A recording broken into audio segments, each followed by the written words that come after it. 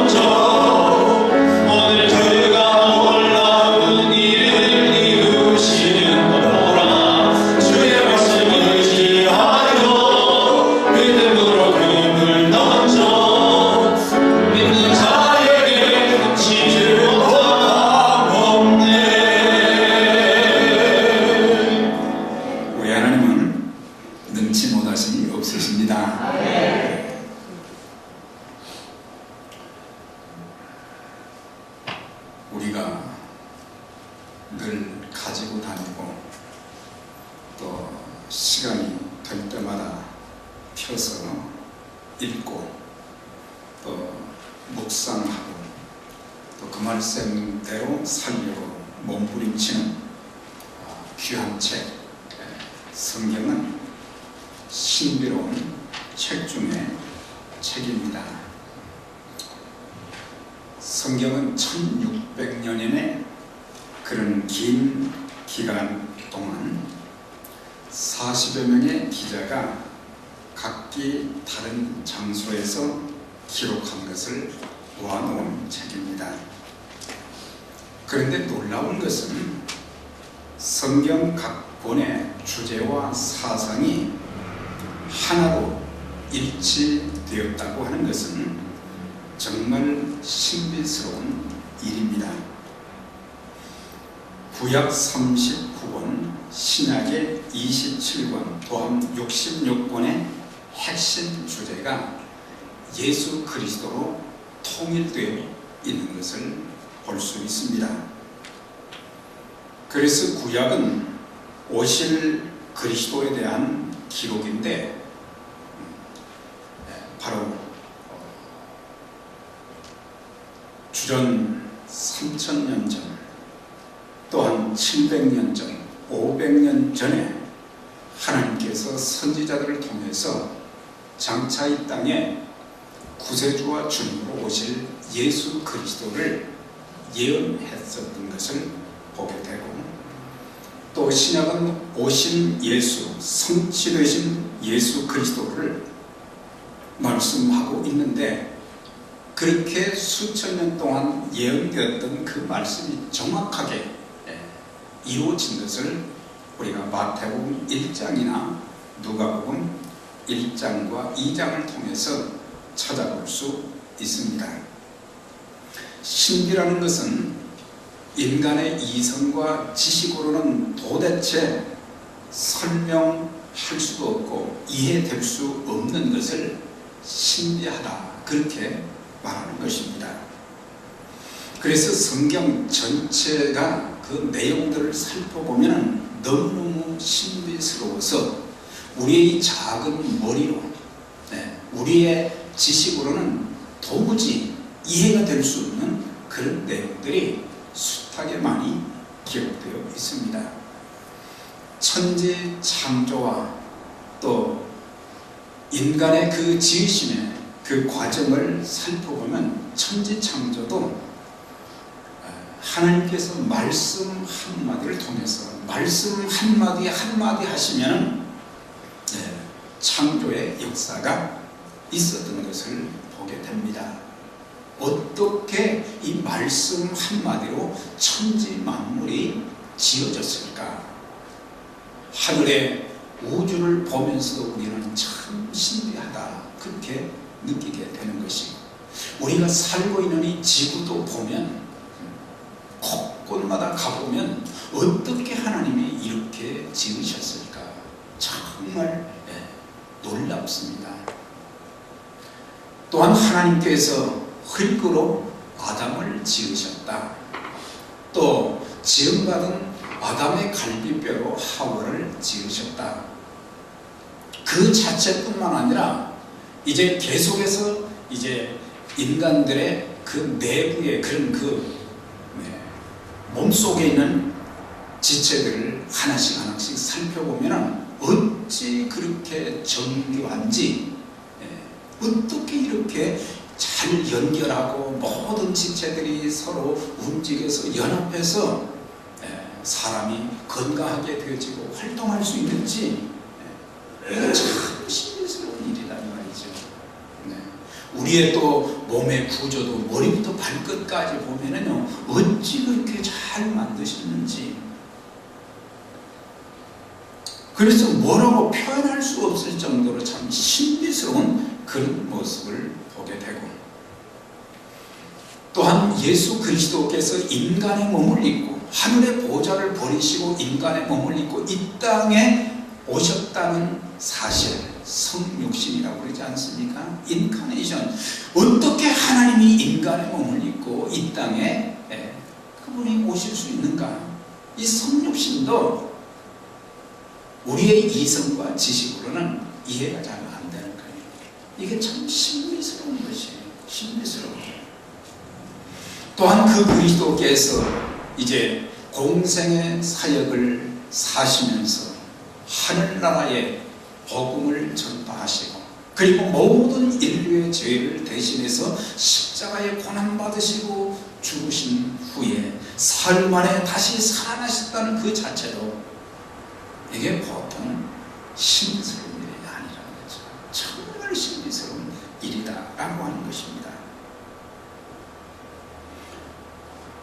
부활하시고 승천하신 그 주님이 머지않아 이 땅의 영광 중에 재림하신다는 그 사실, 이것도 신비 중에 신비한 일이라고 하는 것입니다. 그리스도께서 이 땅에 재림하시게 될 때에 이 땅에서는 어떤 일들이 일어나게 되는가? 그때는 바로 예수 그리스도를 구세주와 주님으로 믿었던 하나님의 백성들, 구원받은 하나님의 백성들이 그때 이제 들림받는 역사. 성경에는 휴거라는 단어는 없지만은 들림받는다. 두 사람이 밭에서 일을 하는데 한 사람은 들림을 받고 다른 한 사람은 버려둠을 당하고, 두 사람이 집에서 맷돌을 가는데 한 사람은 들림을 받고 또 다른 사람은 들림받지 못하고, 그래서 들림받게 되고, 그 들림을 받을 때 어떤 일이 있느냐? 죽은 자들이 무덤에서 먼저 일어나고, 이거 신비스러운 일 아니겠어요? 죽은 자들이 무덤에서 그 사람을 그냥 매장을 했든지 화장을 했든지 상관없이 모두가 말이죠, 그날에 살아나게 되고, 무덤에서 살아나게 되고, 살아있는 우리들도 호련히 순식간에 변화가 되어서 공중에서 주를 영접하게 하시니, 이 사실을 보면 이게 보통 신비한 일이 아니잖아요. 우리들이 호련히 변화된다. 어떤 모습으로? 그리스도께서 부활하신 눈으로 볼 수 있는 시간과 공간을 초월하는 그런 모습으로 우리가 들림을 받게 됩니다. 공중에서 주님과 혼인잔치에 참여하게 되고, 그리고 영원한 하나님 나라에 입성하게 되어진 그 모든 일들, 이런 것들을 하나하나 생각해 보면요, 이건 이해가 될 수 없는 일들이에요. 단 한 가지, 믿음으로 이해되는 줄 믿습니다. 믿음으로는 이게 다 교회에 전도를 하면요, 어찌 그런 일이 있을 수 있느냐 그러는 거예요. 어떻게 죽은 자가 살 수 있느냐. 그 예수를 내 마음에 모셔드리면 어떻게 하나님 자녀가 되고 내가 영생을 얻는다는 그것을 어떻게 내가 믿을 수가 있느냐. 저와 여러분들이 이런 신비스러운 하나님의 말씀을 대하면서 내 마음속에 성령님을 통해서 그것이 믿어지는 것, 이해가 되어지는 것, 내가 그대로 받아들이는 것, 큰 축복인 줄 믿습니다. 그래요. 그래서 우리의 미래를 보면요, 지금 살면서 잠시 조금 겪는 어려움들이 있지만 하나님께서 우리를 이제 구원하시고 하나님께서 우리를 자녀 삼아주시고 우리에게 영생의 복을 주시고 우리에게 영원한 하나님 나라의 그 소망을 주신 이런 것들을 생각하며 이 땅에 사는 동안 하나님께서 우리를 고아와 과부처럼 버려두지 아니하시고 나와 같이 하시고 나의 삶을 한 걸음 한 걸음 인도해 주시는 그 하나님의 손길, 이런 것 생각하면 낙심할 필요 없거든요. 그 하나님이 언제 어디서 우리와 함께 하시고 우리의 삶을 인도하시고 하나님께서 축복해 주신다고 하는 사실이에요. 오늘 말씀은 바로 성육신, 하나님께서 인간의 몸을 입고 이 땅에 오셨다고 하는 그 놀라운 예수님의 탄생에 대한 예고를 천사가 와서 마리아에게 그 내용을 이야기를 해줍니다. 처음에는 깜짝 놀랐어요. 그렇지만 나중에 그 모든 사실, 나를 통해서 하나님의 아들이신 예수 그리스도를 잉태케 하시고 탄생케 하는 도구로 내 몸을 쓰신다는 걸, 그게 너무 감사해서 막 감격적인 그 마음으로 노래를 불렀던 것이 오늘 그 말씀의 내용이에요. 오늘 본문 그 앞서서 보면 소식을 전하는 천사 가브리엘이 어느 날 마리아에게 찾아왔어요. 그 당시 마리아는 요셉과 정혼을 했다. 완전히 결혼해서 같이 사는 건 아니었고, 요즘으로 말하는 약혼이죠.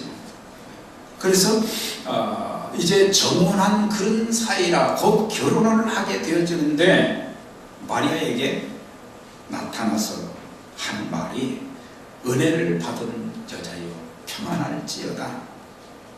주께서 너와 함께 계시도다. 이 말을 딱 들으니까 마리아가 참, 이런 인사가 무슨 뜻인가? 왜 이런 인사를 천사가 나한테 하는가? 굉장히 참 의아심을 가지고 생각하고 있는데 천사가 다시 말합니다. 내가 성령으로 아이를 잉태하게 될 것인데 그 아이를 낳으면 이름을 예수라 하라. 아이를 잉태하게 될 것이다.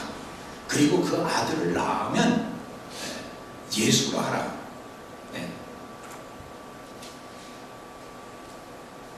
그리고 하는 말이 그 예수는 지극히 높으신 하나님의 아들이 될 것이다. 마리아가 깜짝 놀랐어. 천사여, 아직 나는 결혼을 하지 않은 사람입니다. 아직 나는 사내를 알지 못하는데 어찌 이런 일이 있을 수 있습니까? 어찌 내가 잉태할 수 있습니까? 엄청난 충격을 받게 되는데 그때 천사가 또 이야기합니다. 지극히 높으신 이의 능력이 너를 덮으리니, 하나님의 능력이 너를 덮으리니 너를 통해서 태어날 자는 하나님의 아들이라. 저와 여러분들이 사는 동안 전능하신 하나님의 능력의 손길이 여러분들의 삶 속에, 여러분들의 가정, 여러분들의 하는 일을 이렇게 그냥 덮으시는 그 놀라운 능력의 축복이 함께 하시길 바랍니다.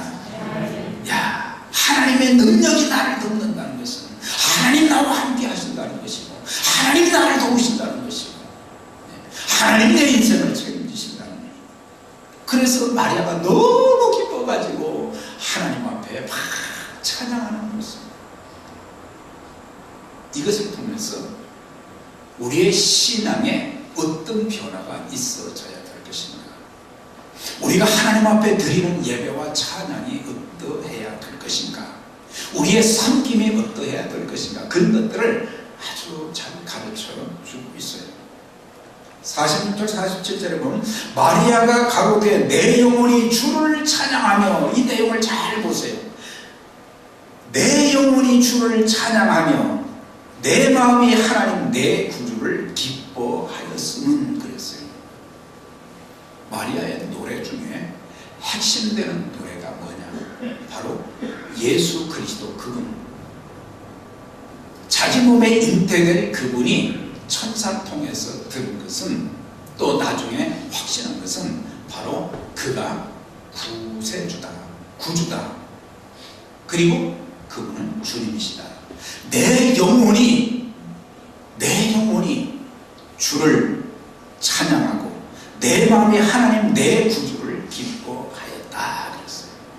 여기 보면 예수 그리스도를 자기 몸에 잉태돼서 탄생케 될 그 아이가 단순한 아이가 아니라는 것을 거기서 보면 내 하나님, 내 구주, 내 주님이 되신다는 것을 노래하는 것을 보게 돼요. 오늘 교회 생활을 하면서도, 교회 출석하면서도 예수 그리스도에 대한 분명한 믿음이 없이, 믿음의 확신이 없이, 그분이 어떤 분이신지 단순히 우리가 기도하면 기도 응답해 주시고 내 삶에 물질적으로 축복해 주시고 건강만 주시는 그런 분, 그런 정도만 깨닫는 것은 이거 미신 섬기는가 똑같다는 사실이에요.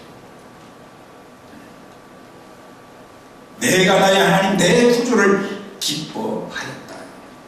다시 말하면 저와 여러분들, 예수 그리스도 그분을 내 마음속에 구세주와 주님으로 모셔드렸습니까? 네.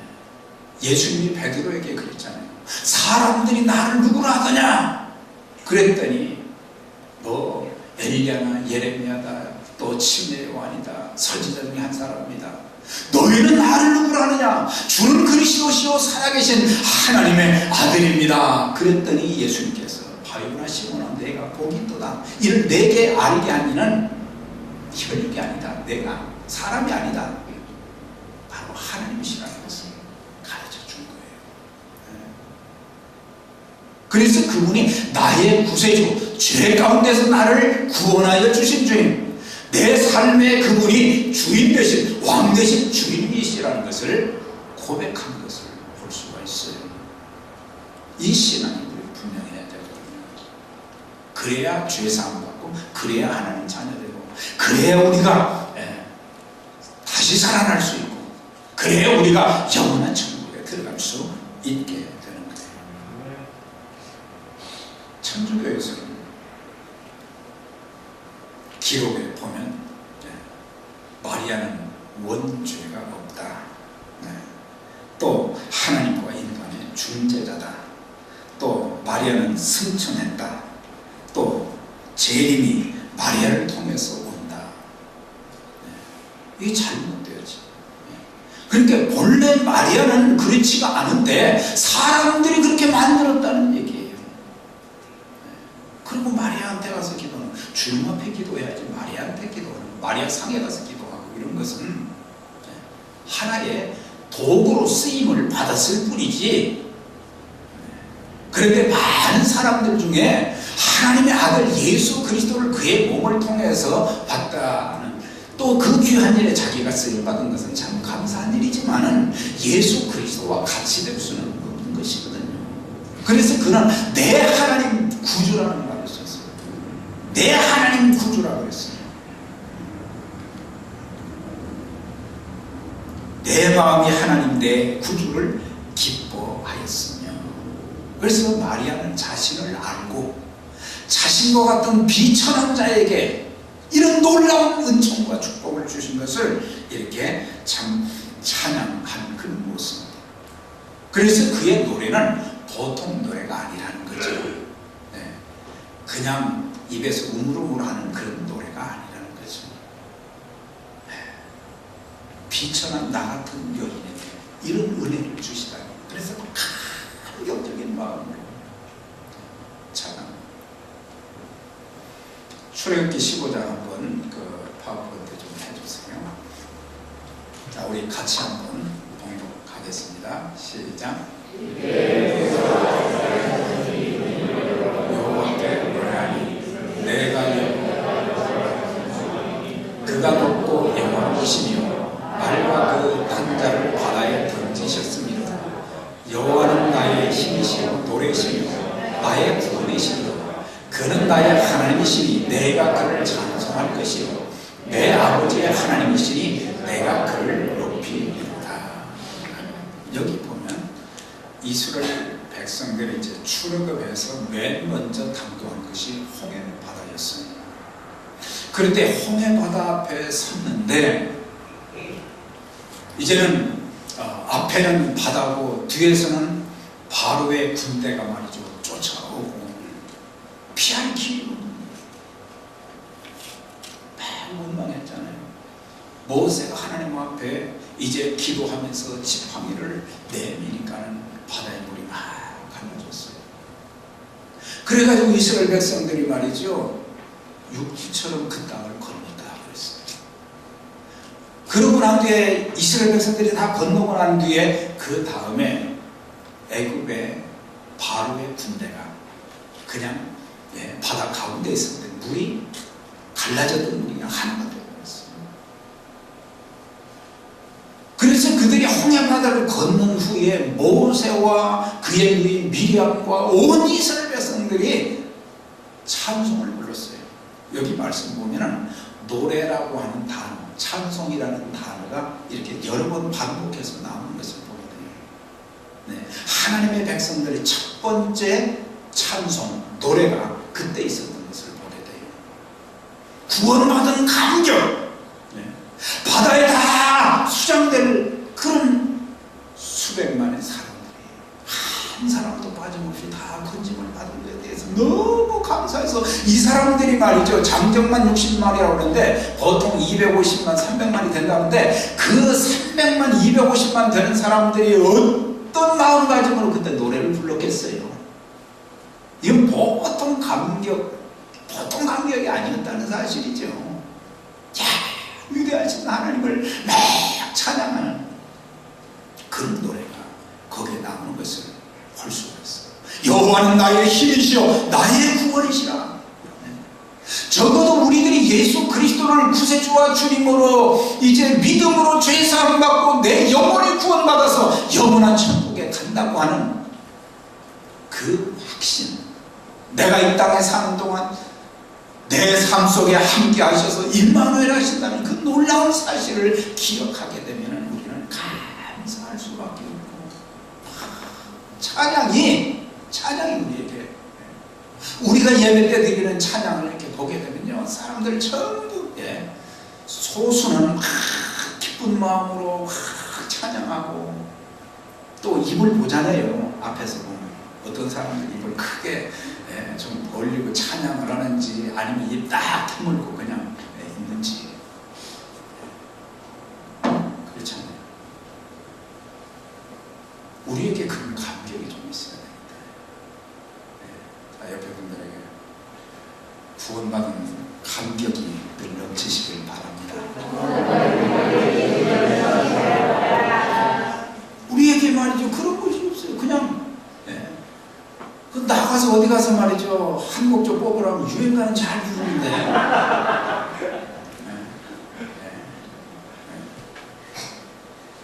하는데 찬송만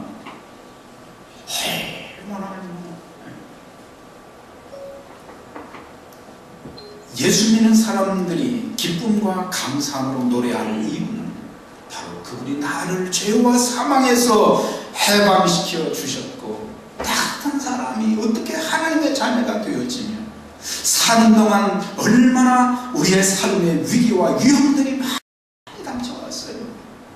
근데 그때마다 하나님은 다시 건져주시고 다시 건져주시고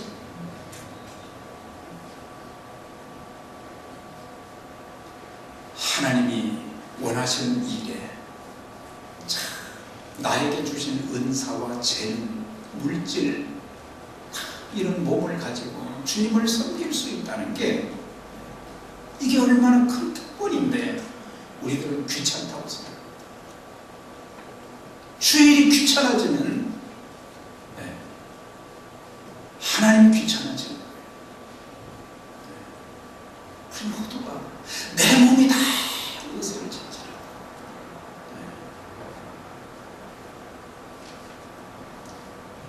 우리 몸이 녹슬면 안 된다는 거죠. 우리 육체는 살아있을 동안 잘 관리도 하고 그래서 건강하게 오래 살아야 되지만, 그러나 우리가 이 몸을 단순히 건강한 몸으로 만들기 위해서만 애쓰는 것이 아니라 우리 몸이 뭔가 움직여서 하나님이 기뻐하시는 이 일에 쓰임받을 수 있어야 되는데, 안 쓰면 모든 쇠도 녹이 슬듯이 우리 몸이 그렇게 되는 거예요. 그러나 주의 일에 쓰임받으면 하나님이 주의 일을 위해서 더 건강하게 해주실 줄 믿습니다. 더 건강하게 해주시는 거예요. 그래서 주의 일을 귀찮다고 안 되는 거예요. 나 같은 죄인 살리신 그 은혜 놀라워. 잃었던 생명 찾았고 광명을 얻었네. 이제껏 내가 산 것도 주님의 은혜라. 또 나를 장차 본향에 인도해 주시리. 지금까지 지내온 것 주의 것이 은혜라. 한이 없는 주의 사랑 어찌 이루 말하랴. 자나깨나 주의 손이 항상 살펴주시고 모든 일을 주 안에서 형통하게 하시네. 주님의 은혜를 깨닫고 주님의 구원을 바라보면서 우리가 주님 앞에 쓰임받는다는 것 얼마나 귀한 일인지. 자, 파워포인트 좀 해주시고 303장 찬송 해주십시다. 303. 어찌 찬양하나이까? 어찌 찬양하나이까? 우리들에게 이런 찬양이 있어요.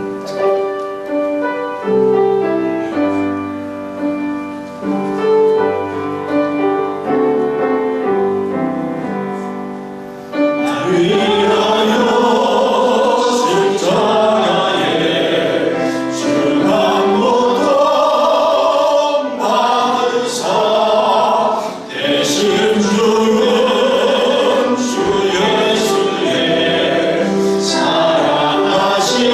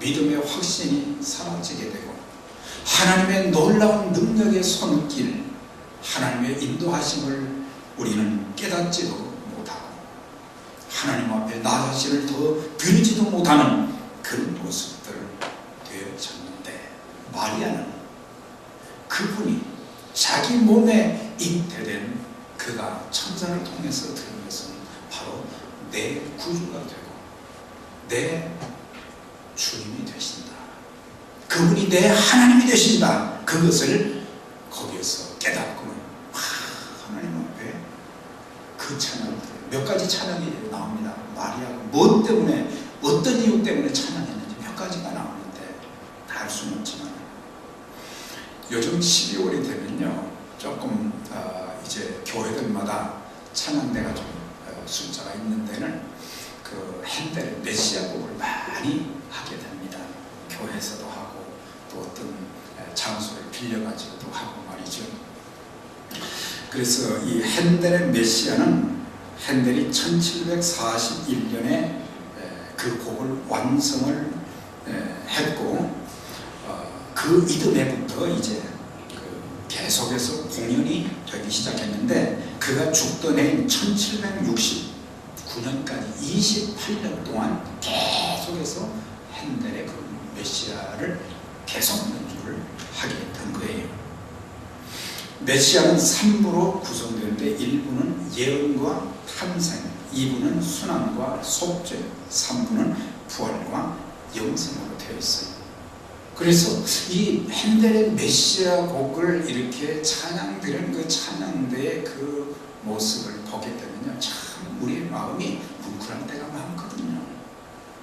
사람들은 이제 곡이 연주되고 노래를 하고 그러면 막 열광을 합니다. 예수 믿는 사람들 열광을 해요. 그런데 이런 얘기가 있어요. 핸델이 한 번 메시아를 이제 자기가 작곡을 하면서 지휘를 다 했거든요. 그 지휘를 하고 나니까 그 수많은 청중들이 막 일어서 가지고 핸델을 하면서 막 박수를 치는 거예요.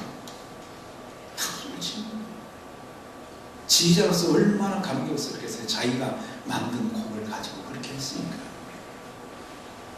그런데 핸델이 손을 쳤습니다. 손을 쳐오면서, 여러분, 제가 아닙니다. 이 박수는 하나님이 받으셔야 됩니다. 그래가지고 나이가 많은 그가 지팡이를 들어가지고 하늘을 향합니다. 핸델을 향해서 박수를 치던 사람들이 하나님께 막 박수를 드리는 거예요.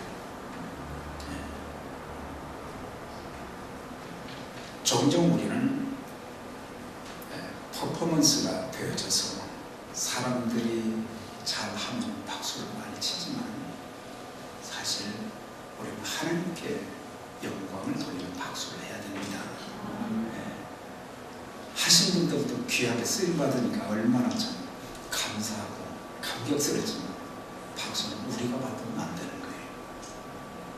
박수를 목사가 받거나 박수를 찬양대가 받거나 그래서 주님이 받으셔야 합니다. 주님이. 여러분들이 많이 수고해서 어떤 때는 이렇게 또 칭찬을 해줘야 되는데, 격려를 해주는데 잊어버릴 때가 있어요. 왜 나한테 말이죠, 잘했다고 수고했다고 안 해주나. 그러지 마시고 주님이 다 알고 계십니다. 그 목사가 조금 잊어버렸어도 그분도 하나님이 알고 계십니다. 내 중심을 아시고 내가 어떤 상황 속에서 주님을 그렇게 섬겼는지 그걸 아신다는 거예요. 그래서 우리는 어떤 경우에도 하나님께 돌려드릴 영광을 내가 찬탈해서도 안 되고, 내가 참 내 몸을 들여서, 은사를 들여서, 물질을 들여서 내가 참 교회를 위해서 귀하게 쓰임을 받았어도 그것이 공로가 되지 않기를 바랍니다. 하나님의 은혜입니다. 나된 것은 하나님의 은혜예요. 내게 주신 모든 그의 은혜가 헛되지 않아요. 내가 모든 사도보다 더 많이 수고해서는 내가 한 것이 아니고 오직 나와 함께 하신 나의 하나님의 은혜로 하는 것입니다.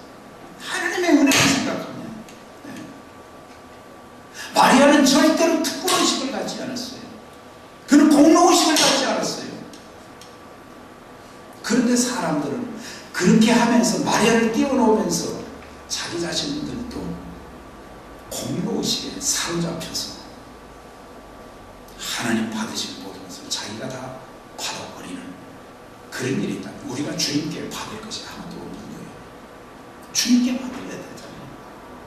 사람에게 받는 건 요만한 거지만 주님께 받는 것은 뭐 이 두 팔로 표현을 할 길이 없어요. 많은 것으로, 큰 것으로, 놀라운 것으로 채워 주실 줄 믿습니다. 네. 오늘 아침에 여기 와서 엎드려서 기도하는데 기도가 안 나와. 그래서 감격적인 마음으로 찬양하며 기도해야 되는데 안 돼. 그래서 저는 그때는 항상 옛날로 돌아갑니다. 제가 어렸을 때는 교회가 동네에 없었어요.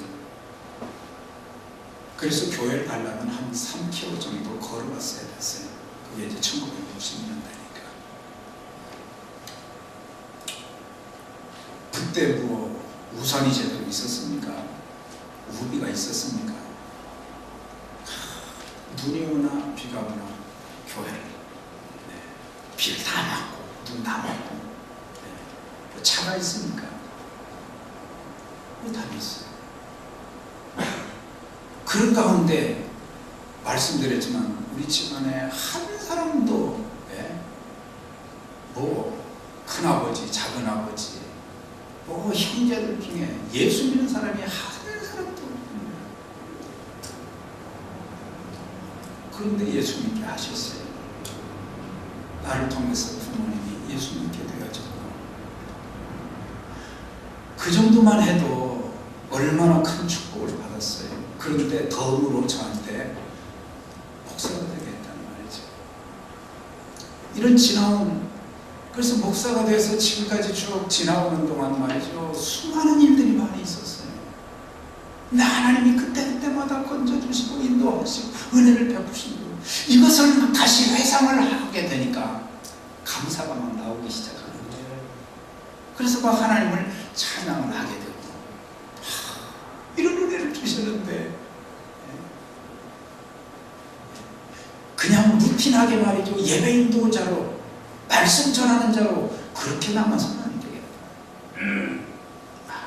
감동이 막 솟기 시작하고, 그러니까 하나님을 찬양한 것이 자연스럽게 되고, 손도 저절로 그냥 올라가더라고요. 손도 우리 다 손 올립시다, 우리 다 박수 칩시다, 우리 다 아멘 합시다, 그렇게 할 필요가 없는 거죠. 내 마음에 감격되죠. 그렇게 하는데, 그래서 우리는 공로의식을 가지면 안 돼요. 그리스도께서는 하늘의 보좌를 다 버리셨잖아요. 그분이 누릴 수 있는 모든 권리를 다 버리셨는데 우리는 안 버리려고 그러잖아요. 우리는 안 버리려고 그래요.